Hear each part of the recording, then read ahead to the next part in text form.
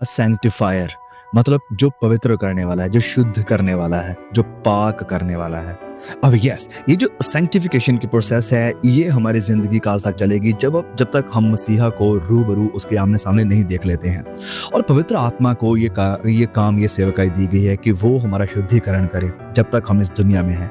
लेकिन खुदा मसीह यीशु जब इस दुनिया में आए और जब वो क्रूस के ऊपर गए, तो हमारे सारे पापों का बोझ, हमारे सारे पापों की सजा, हमारे सारे पापों की गिल्ट को अपने ऊपर लिया और हमें पापों से शुद्ध किया और हमें सेट अपार्ट किया। सेट अपार्ट का मतलब है सैंक्टिफाइड किया, मतलब अलग कर दिया, एक अलग जाति बना दिया। और द वर्ड एक और भी जो यूज किया जाता है वो है कंसिक्रेट करना, शुद्ध करना, किसी खास पर्पस के लिए धोकर साफ करना, शुद्ध करना, साइड करना।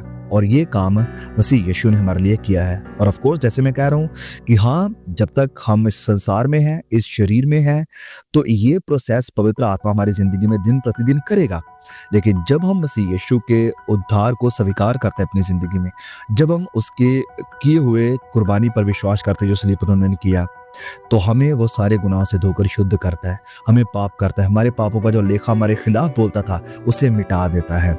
और फिर हम एक वचन पढ़ते हैं, इब्रानियों अध्याय 2 वचन 9 से लेकर 10। ये बहुत ही खूबसूरत वचन है, प्लीज पढ़ें। इब्रानियों 2 वचन 9 से 10 तक में लिखा है, पर हम यीशु को जो स्वर्गदूतों से कुछ ही कम किया गया था, स्वर्गदूतों से वो थोड़ा कम किया गया था, मृत्यु का दुख उठाने के कारण महिमा और आदर का मुकुट पहने हुए देखते हैं, ताकि परमेश्वर के अनुग्रह से वह हर एक मनुष्य के लिए मृत्यु का स्वाद चखे, हमारे लिए मृत्यु का स्वाद चखे।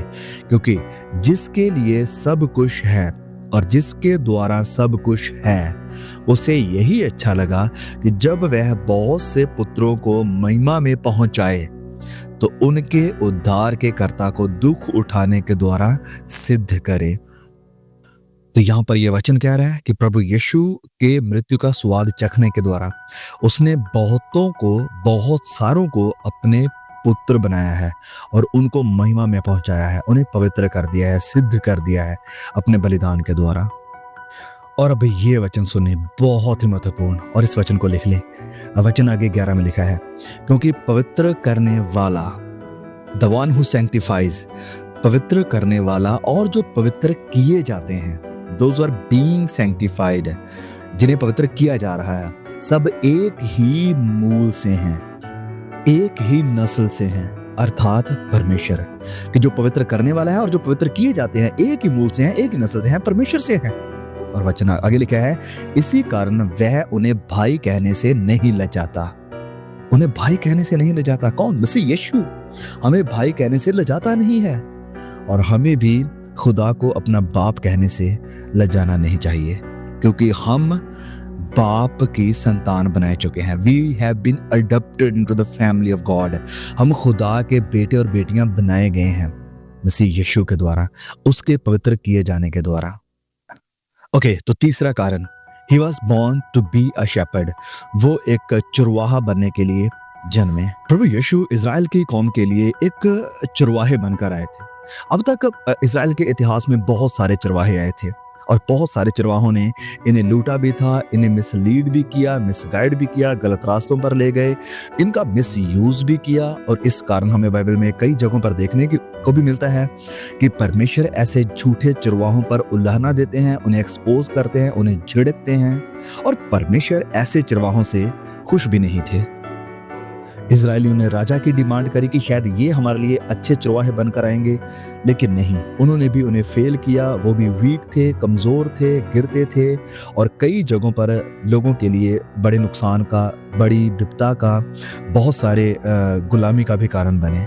और फिर आता है ये सच्चा, ये अच्छा और असल चरवाहा, जो अपनी भेड़ों की परवाह करता है, उनसे प्यार करता है और उनके लिए अपनी जान तक को भी देने के लिए तैयार था। और ये अच्छा चरवाहा अपने बारे में क्या कहता है? लिखा है यूहन्ना 10 का 10 में और वचन 11 तक में लिखा है कि चोर किसी और काम के लिए नहीं, परंतु केवल चोरी करने और हत्या करने और नष्ट करने को आता है। परंतु मैं इसलिए आया हूं कि जीवन पाएं, कि वह जीवन पाएं और बहुतायत से पाएं, कि मेरे द्वारा तुम्हें जीवन मिले और कोई आम जीवन नहीं, बहुतायत का जीवन मिले। वचन 11, अच्छा चरवाहा मैं हूं और अच्छा चरवाहा भेड़ों के लिए अपना प्राण देता है। और इसी पर्पस के लिए प्रभु यीशु दुनिया में आए थे कि मैं और आप जब हम अपना रिश्ता, अपना विश्वास मसीह यीशु के ऊपर रख देते हैं तो वो हमारा चरवाहा बन जाता है। He becomes a shepherd.